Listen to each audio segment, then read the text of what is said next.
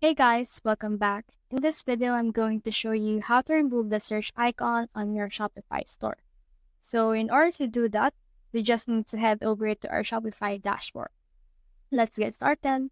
So from in there, you should be able to see some options, which is this online store. So click on this online store.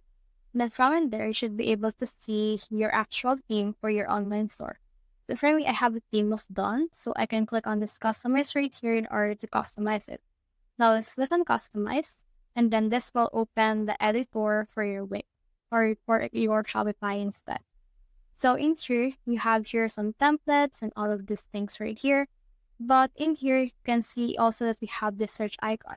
So from in there, we can actually just edit this out for us. So you can just head over and then just try to search for the specific app that we want through this one. But as you can see right here, if we click on the search icon, it will actually just open the search icon instead.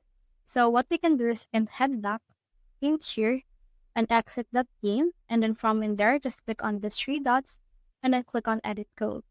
Under the edit code option, you should be able to see in here the Shopify code for your Shopify store. Then searching here for files, search for base.